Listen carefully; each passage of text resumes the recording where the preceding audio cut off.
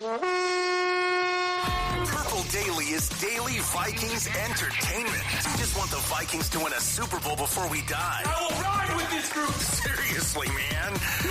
Please. And away we go. Okay, 7 days a week of Vikings takes is not enough. It's not enough for us. We have NFL takes. We have takes on things that aren't Vikings related. And so welcome to this newish weekly spin-off show, Purple Daily NFL Takes. And we got the NFL Combine boys starting. So today is the day where people start to fly in and congregate in Indianapolis. Oh, yeah. And it'll be a week of glorious, poking, prodding, player measurement and all that stuff. But behind the scenes, it's where all of the agents, executives, scouts, players formulate plans for player movement, free agency in a couple weeks. So, Joe, why don't you start us off with an NFL take? I would love to. My take is this. There is a serious game of chicken going on in Los Angeles, California. And that game of chicken is Rams v. Matthew Stafford. So the Rams, I think it was on Friday, it was reported by our old buddy Tom Pelissero that the Rams have given the Stafford camp permission to shop your wares. You go out and find out what you're worth. And now I think the immediate reaction was, whoa, they're done. It's donezo. That's not necessarily the case. But what is the case is this. Stafford is set to make $27 million in 2025, okay? But his cap number is untenable if you're the Rams, $49.7 million. Now, the report comes out this morning from Peter Schrager of Good Morning Football that Matthew Stafford is seeking $50 million per season, or at least for the 2025 season. And I don't think that the Rams are necessarily saying we're done. I think what the Rams are doing is calling his bluff and saying, hey, you go find that, awesome. We'll facilitate a trade, but the reality is I think that they believe that, one, he won't find that. Two, I don't know that you're going to, if you're the Giants, pay him that and send like a high draft pick to the Rams. This is a great game of chicken, and another reason why the NFL offseason is absolutely my favorite offseason. Yeah, it is. It is kind of fascinating because it would make sense for the Rams and Matthew Stafford to just finish this thing out over the next couple years. They were a play or two away from beating the Eagles in Philadelphia in the NFC Championship game. They had the ball driving. Were they in the red zone too? It was snowing. It was kind of hard to tell. I think they were, but miserable outside driving. And it was they have a rookie center who. There was, at least our guys, the smart offensive line guys in the equation here, Alex Boone, Jeremiah Searle said, yeah, you have a rookie center who mis-ID'd a protection at the line of scrimmage. If he picks somebody up, Stafford might throw a game-winning touchdown and they're in the Super Bowl. Yep. So it's a roster that's on the rise. Puka Nacua, Sean McVay, obviously one of the best coaches of this generation. Do you really want to go to the Giants if you're are you going to be better off? You might get paid more if the Giants are desperate and you've got a front office and a coaching staff in New York that's all on the hot seat. And maybe Brian Daboll and company are sitting there saying, well, we kind of like Cam Ward and Shedeur Sanders, but if you're the Giants, are they going to get us? Yeah. Are they going to get us to double-digit wins right away like Jaden Daniels did? Or should we just quit clowning around with question marks at quarterback and go for Stafford? But if you're Stafford, that Giants team has so many holes right now. Right. I mean, you have Malik Neighbors, but I don't know. In Southern California, where you've enjoyed living the last few years, it does feel like maybe one or both parties are bluffing each other here. Well, and if you're the Giants, so it would be attractive from the sense that he would come in and give you an immediate veteran and credibility, okay? But at 37, are the Giants prepared to pop? My response would be absolutely not.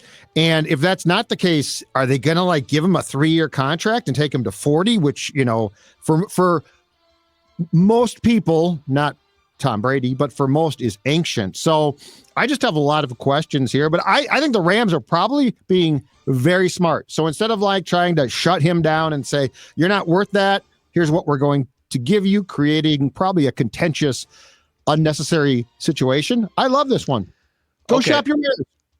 We touched on this topic from the Vikings perspective on our Monday episode. So if you want like the full Vikings perspective, definitely check that out. But from the Rams perspective, would you rather give in to a 37-year-old Matthew Stafford, who, again, is still, when he's healthy, and he has had some injury stuff, but when he's healthy, he's still really, really good.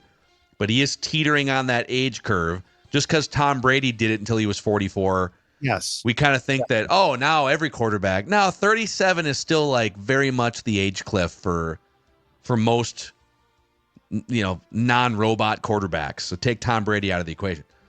Would you rather squeeze another year or two more expensive? Let's say he gets his wish a little bit. He gets close to $50 million. I don't know if anyone thinks Sam Darnold's going to get 50. Everyone's talking more like maybe 40, 42, maybe $45 million a year. Yep. Would you rather get a less expensive 10 years younger former top 5 pick who popped and start the next era if you're the Rams? Or would you rather see if you can follow up almost getting to the Super Bowl with one more ride led by Matthew Stafford? If Stafford comes crawling back and says, I was wrong, I would take him back. But that being said, the Darnold thing is interesting because of the relationship between Kevin O'Connell and Sean McVay, because of the fact that while Darnold melted down in those last 2 games, he still has a lot of the traits that the Rams would love. Like, I mean, that arm plays. So I think it's a decision. And I guess what we don't know is like, how much of a recalcitrant has Stafford turned into? Like, has this become a huge problem? Because as I keep saying, I initially thought, it's the ordinary, my cap's gone too high, I'm going to ask for this, you're going to give me this, and we'll come to an agreement.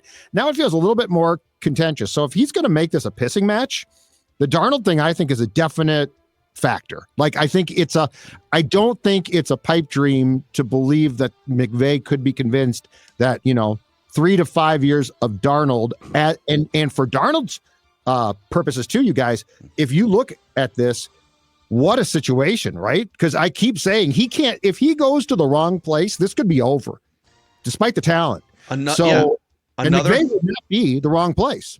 Another factor in this too is, are the Vikings going to tag him or not? Well, let's say Darnold's going to hit free agency, and you're going to know that because the tag deadline is like 5 or 6 days before the legal tampering period. So part of this equation for the Rams is, what if we can get the Giants' early 2nd round pick for Matthew Stafford, and then we turn around offering no compensation, just money to Sam Darnold if he's an unrestricted free agent. So you get a 2nd round pick, you get 10 years younger, maybe even get a little less expensive, or at least in the short term, you can finagle it, the cap kind of however you want the next 2 years. So that factors in too. If it's Darnold, unrestricted free agent, and he wants to come back where he thrived in college in Southern California. So, and you're trying to spin all these plates while drinking a bourbon, talking it over with, different teams at St. Elmo's in Indianapolis. But you would not want it to leak out that you've got Darnold as a contingency over here, because then that would weaken your leverage on the Matthew Stafford side. So interesting stuff for the Rams and Stafford. What's amazing is McVay, even though he's this offensive genius, has never had the opportunity to draft his guy. He inherited Jared Goff. They traded for Matthew Stafford. Like, they could Band-Aid it, or I don't want to say Band-Aid it because I think Sam Darnold is worth more than a Band-Aid, but like, they could go to the Darnold route, but he has yet to identify a quarterback in the draft that he loves, which is also like an intriguing path for McVay too, of, do you want to start the next quarterback-coach relationship with finding your guy in the draft?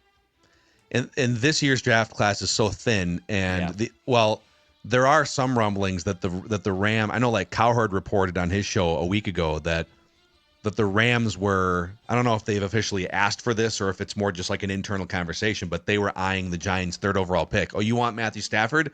Cool, give us the third overall pick. I don't think that's going to be the ultimate landing spot for Matthew Stafford's value, but that would then put them in the mix. Oh, Shadur Sanders, welcome to Los Angeles, or Cam Ward. I think it would be more of a second-round pick situation, in which case maybe you would go with, if it's not Sam Darnold, maybe it's Aaron Rodgers for a year while you try to figure out, okay, is it Jackson Dart in the later portions, or do you just wait until 2026? Or if you're Sean McVay, I don't want to deal with a rookie because I'm Sean McVay and I could leave this job at any point for a $29 million a year TV job with Fox or CBS, right? Yep. So if your choices are, if Stafford leaves, Darnold, Rodgers, I don't know, go down the list of potential QBs that are going to be on the market. Where does Darnold fall? Number one. Okay. Like to me, if Stafford's gone and I'm the Rams, unequivocally, I would rather give Sam Darnold a 3-year contract for like $120 million than try the 40-year-old Aaron Rodgers thing for. It'd be like probably less of a financial commitment, but I know those last 2 games stick out in our heads, and those are just train wreck games by Sam Darnold. But that dude threw 35 touchdown passes and was one of the best deep ball throwers in the NFL and was once a top 5 overall pick, and then would get to work with Sean McVay. We talk about KOC being a quarterback whisperer. Sean McVay is the godfather of the, I thought of this and thought, between, like, they're good friends, but McVay and KO, right? McVay has to be thinking, yeah, my guy KO did a good job till those last 2 games. Here's what I would, yes. Guess who's going to fix him when it's crunch time? Totally. Me, John McVay, and the competitive fire of a guy like that, as silly as that scenario might sound, is totally plausible. So I could see it. And there's a lot on film. I mean, I'm with you. Darnold fell apart in those last 2 games, but physically there's nothing wrong there. Like with if you go Aaron Rodgers route, what do you get? And you really don't know. Like, he's old. His Achilles is clearly not, I mean, it's as good as it's going to be at his age now, and it's been torn. So I think if I had my choice and I'm McVay, I'm going to bank on the fact that I can fix Darnold what went wrong, as opposed to a guy who is a wild card in your room, because Darnold is really good. I mean, his teammates like him. There was nothing about him. And then if Rodgers is good in the room, there's still the question of how does he look on the field? Yeah. So, well, and if you're also, there's like the athletic ability and mobility aspect, and Stafford used to be very athletic 10 years ago. I don't know if he's ever been as athletic as Sam Darnold is. I mean, Sam Darnold is like sneaky athletic, and when you got some young dudes on your offensive line, you'll be a second-year center, and it can get a little leaky from time to time. Well, Sam Darnold showed that he can keep some plays alive. So, all right, Dax, give us an NFL take. Yeah, so I'm going to pose a question to you guys, but does the trade market actually have more intriguing top names than the free agency market? So if you're looking at the free agency rankings, just like I saw Greg Rosenthal, which, by the way, our guy Greg Rosenthal, friend of the show, shouted out Purple Daily over the weekend. Oh boy, Greg, appreciate you. Taking and giving credit to Purple Daily's idea of trading Jordan Addison. He threw that out there from Purple Daily. So our guy Thank you, Greg. Greg, we'd love to get Greg on the show sometime. We should get Greg on the show. We should. Greg, well, our people will reach out to your people. There are some folks, though, who do not like that at all. Oh, no. The Addison idea? Yes. Yeah. Yes. Not good. So, like, the free agents, the top free agents, T. Higgins, Trey Smith, Milton Williams, Ronnie Stanley, Zach Braun, Sam Darnold is 6. Like, it's a decent class, but, like, going even from last year's class. So, like, Kirk obviously highlighted the free agency class last year, getting the big payday from Atlanta, which now he's going to be cut from, ironically. But Christian Wilkins got a huge bag, obviously. Jonathan Grenard was actually the 5th highest free agent signing from last offseason. But I'm looking at like the trades, and like Myles Garrett is obviously as requested to be available. Matthew Stafford, who we just spent 15 minutes talking about. I'm not saying that this free agency class doesn't have players that are going to get bags because it's NFL free agency and guys get chances to get life-changing money. But it feels like the trade market, like Micah Parsons has been thrown out there as a trade candidate. Obviously, Tyreek Hill. I feel like the trade market is actually going to be the one that's going to be a lot more spicier than necessarily what free agent B is going to get on the open market. But yes, some of these available names are like Hall of Fame. The minute that they retire and the 5-year clock hits, I mean, we're talking Hall of Famers, but I would be shocked. I think you're going to get one big trade for sure. I think Myles Garrett gets traded. At the end of the day, I actually think Stafford and the Rams find a way back to each other. I do wonder how much of this is just sort of posturing or like in the case of Tyreek Hill, he came out right after the year and was like, I'm out of here. I'm sick of this. And then the next day he had a meeting with Dolphins brass and he came back out and he's like, all right, we're cool. Everything's fine. Had a great meeting. Love Miami. Love being here. Love Tua. Piece of work.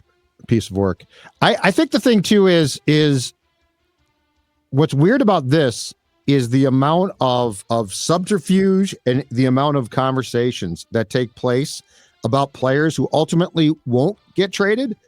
But if you get the right deal in place, like to go back to last spring, Justin Herbert, the Vikings called, the Chargers called him back on that. Matthew Stafford. Yeah. Like the stuff that you find out. So to Declan's point, like all it takes is like a couple of things to fall right. So it wouldn't be shocking. But that being said, there probably will be, approximately 150 conversations that don't result in a trade. But you find out stuff and it's like, whoa. And of course, fans are like, oh, that never happened.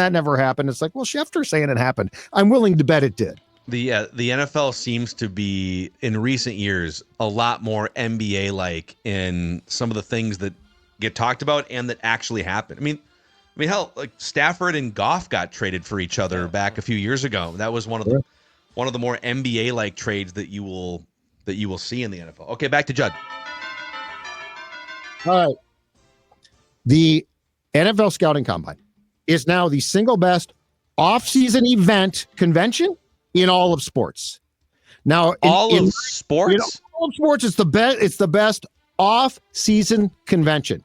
Now, in my youth, it was a clear-cut MLB winter meetings were the best. Teams would go there and free agents would sign. And more importantly, you get these crazy trades all made.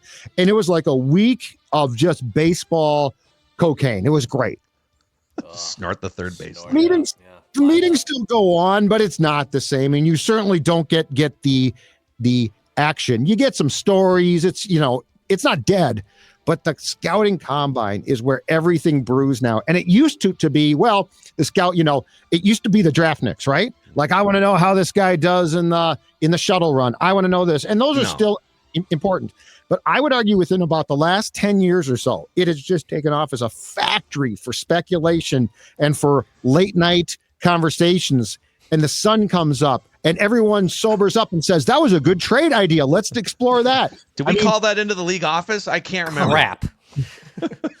Who got their hands on a fax machine at 3 a.m.? But anyway, I really think that the scouting combine has now become the preeminent get together for an off season in all of professional sports. Would this include the NFL draft too in the same realm, or is this a different type? It's not a convention.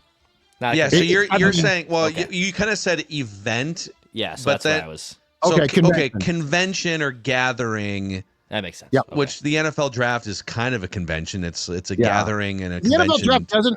The NFL draft has trades, and the draft is great, but I'm talking about a forum for reckless speculation, because this is the scouting combine is the fuse.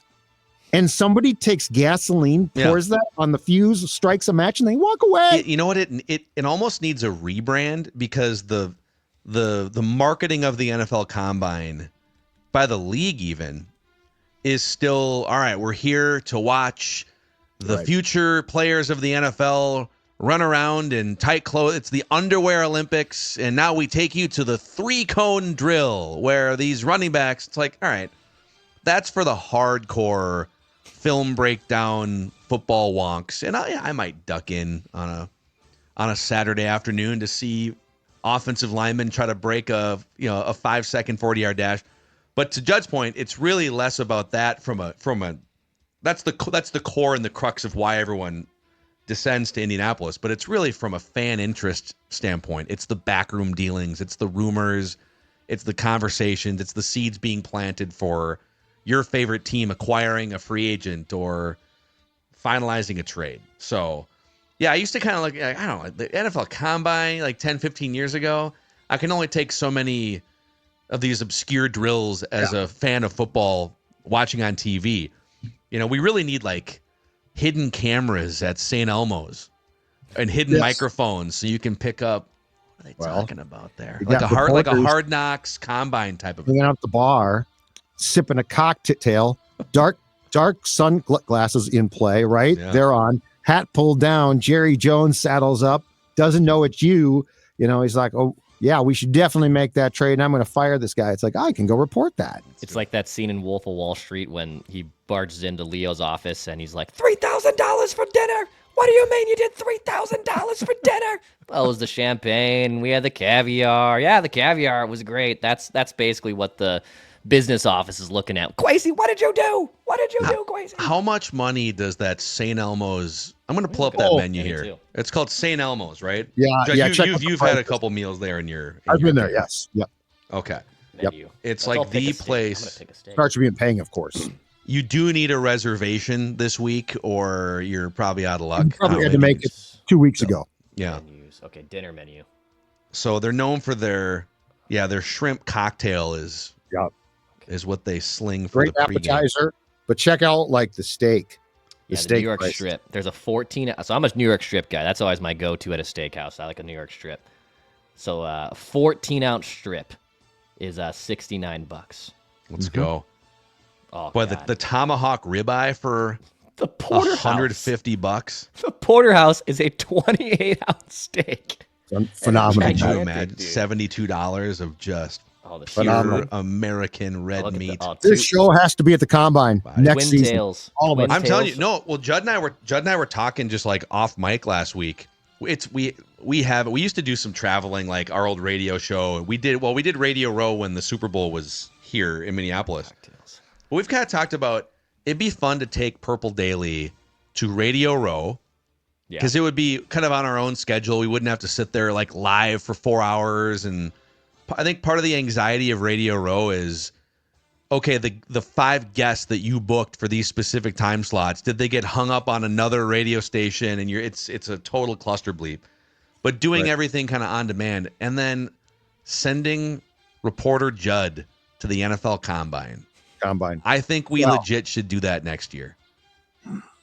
Let's just say I think if that was to come to fruition, I would definitely need the company card. Oh, we can arrange. I mean, Yeah. I don't know that you're going to get the green light on, The the $69. 150, No, 32 probably ounce tomahawk ribeye. Probably By the way, not. you can enhance your steak Oscar style with some Alaskan king crab asparagus baby. for $30. Oh, This- yeah, it's This phenomenal. Manhattan sound, the rare Saint Manhattan sounds good. 5-year bourbon, sweet vermouth, orange bitters. It's 11 a.m. here in Minnesota, and now all I want is a Indianapolis Manhattan. I will say this, as dirty. far as the shrimp cocktail goes, at least the last time that I covered the Combine, there was actually like a satellite, like the place next to St. Elmo's, which is easier to get into, carried the St. Elmo's shrimp cocktail. So if you couldn't get genius. in there, you could go next door and get Is it the 1933 lounge? It might be, yeah. by St. Elmo. It's a speakeasy style lounge offering upscale food and drinks in a relaxed atmosphere where modern elegance meets timeless charm to create a captivating retreat for you to hammer out free agency deals in a tampering fashion. Great convention town. I'm not going to lie. Indy, great convention town. Yeah, WrestleMania or Royal Rumble was there. I think Mania is going to be there Yeah. eventually. Whole thing. So, I got one more for you here. A little last NFL take for the road. The NFL salary cap is apparently about to skyrocket even more in like 3 years from now, and it could very well affect some of the top free agent signings in 2 weeks from now. So this is from Brett Coleman, noted NFL YouTube content creator. He laid out a couple of great, interesting tweets, and I'll just read you some of this. The salary cap. So if you're a team with a bunch of cap space, I mean, the Vikings would be in this category. You could potentially backload contracts and have the big punitive cap number hit the year like 2028 or 29, that the cap spikes again.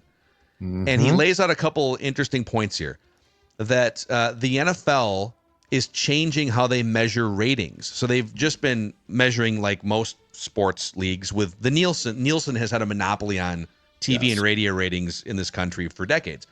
So starting this year, the NFL is leaning into using data directly from smart TV manufacturers to measure viewing habits, in addition to the traditional at-home panel method through Nielsen. This means NFL ratings, in particular from Sunday Ticket and YouTube, are going to be more accurately measured, and that number is going to be way bigger than you think because of how many Gen Z and millennial fans, like Dex and I, for instance, are streaming football. So more accurate ratings means bigger audiences, most likely, and massive rights fees for the 2028-29 negotiating cycle. And he points out the Philadelphia Eagles ownership. Jeffrey Lurie, right, is the Eagles owner. Yes. That he has a background in TV and media. And if you look at the way they structured a couple of their long-term contracts, specifically Jalen Hurts, they backloaded the accounting on his contract so that $97 million of a cap hit hits the books in 2029, the year that number might actually look small relative to the $400 million, whatever the cap is going to wind up being in 2029. Mm-hmm. So I know that this is all kind of in the weeds, but while Major League Baseball has now been broken up with by ESPN and is kind of headed the wrong way, and hockey has become a lot more niche, the NFL continues to just slay its way through the media landscape. And you could see like a Trey Smith or, even a Sam Darnold, some of these big free agents. Yeah, let's push that. Let's make it a 4 or 5 year deal or put some void years and just shove the accounting into 2028 and 29 when the cap is going to be $500 million. It's not going to matter. And watch out too, because and it's plausible, if Netflix gets a Sunday package, so like if they bump CBS or Fox out, all bets are off. Like that sucker will be figures we've never seen before. Mm-hmm. And at that point in time, it's going to be a seismic shift. And before you say, they're not going to, come on, sports dad, the NFL is going to be on OTA forever. Just remember, when Fox got the NFC rights in 94, it was shocking. They were an upstart. They were sort of this like fly by night, we're edgy. And that package had been on CBS, the most, coming up next, 60 minutes followed by Murder, She Wrote. The reality is this. I think there's a very good chance that like a Netflix, Amazon is going to come along and get a Sunday package. And at that point in time, the cap's just going to shoot up through the roof. It's going to be, because the value for decades for the NFL, even with Fox being controversial back 30 years ago, well, correct me if I'm wrong, but in the mid 90s, most local markets had a Fox affiliate before then, right? Like or did a bunch of local markets jump on board to be Fox affiliates because of the NFL? I think that was a prime part of the whole thing. Yes. And so for 30 years, the NFL has been available on free TV, quote unquote. Yep. But this is where you'd have to see, like, where is Netflix at, and even Amazon Prime in terms of percentage of American households that have a subscription. Because if that number is high enough, okay, then being on free TV doesn't matter anymore because 80% of America has a Prime subscription. And Yep. now it's just about educating people, like mostly the older audience, on, you go to your smart TV and X percent. There's a tipping point where a high enough percentage of people have Amazon accounts or Netflix accounts. A high enough percentage of people have smart TVs and know how to use them properly. Yep. The older us millennials get, the safer the NFL is in going into these. I hate to say it too, but and they're not wrong here. Old people, for the most part, if they find it great, if they don't, that's fine. But like this is all about the younger, because I mean those are the people up and coming who buy things, who are impacted. So like if we're going to talk about what's important in sports, I think it's probably, let's say, the 25 to 40-year-old.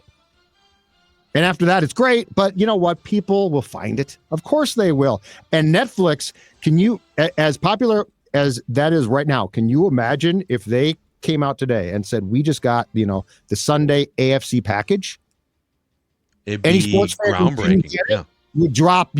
would drop something else and would get it. So like this is why I think there's a very good chance it's going to happen. Well, and a big part of the reason why in the current and old model, where the big networks are oftentimes way overpaying for the actual value of the football package. Yep. Like, and I don't know, we'd have to comb through their books, I guess, but there's a really good chance that ESPN and Fox and CBS are breaking even or maybe losing money on the actual games themselves. Maybe I'm wrong on that, but it's the spillover value of you're getting You're people to the platform. You get to promote your ancillary program, and you get to promote your sitcom that starts on Monday night, right? And it's all the promotional value. I mean, hell, we come from a radio. Judd's literally sitting in the 1500 ESPN radio studios. It's a side studio, but where we used to do our 4-hour radio show. And I mean, you remember when you and I first started at 1500 ESPN, there was great value in having the Minnesota Twins flagship broadcasts, because it brings in all this as I knock over my computer, this cume into the station. Yeah. Yes. And so if it's kind of the same thing for Netflix. Netflix, they're test driving it with WWE, which is smart because that's a little bit more of a niche audience certainly than NFL. And they ran the 2 Christmas games. But it's the same trope. Let's bring in a boatload of viewers, maybe even lose money on it to loss leader, but now they spend way more time. Oh, okay, yeah, I guess I'll be watching Poker Face or whatever. I think that might be a Peacock show, but it's that. What's that?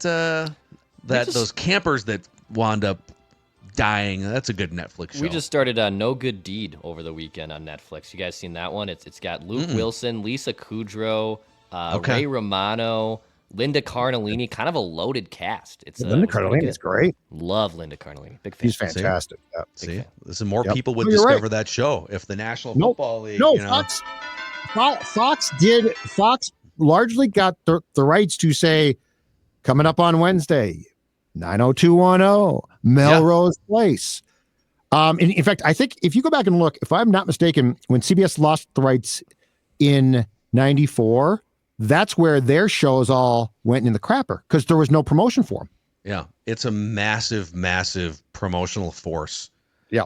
And so you kind of knew this day was coming, but when Amazon came in for the Thursday night games and then Netflix came in with a couple Christmas games, it was like, all right, if this works well for them. And the Netflix, the Amazon Thursday night game numbers are off the charts. Well, people aren't going to find it. No, they did. Way more people are watching those games than Sunday Night Baseball on ESPN, which is why baseball got the heave-ho. So, anywho, all right, those are our NFL takes here. Purple Daily NFL takes. Happy Combine Week. Happy Shrimp Cocktail over a Manhattan at St. Elmo's Week. And we'll see you guys tomorrow for the 5.0 off-season blueprint on Purple Daily. Oh, God.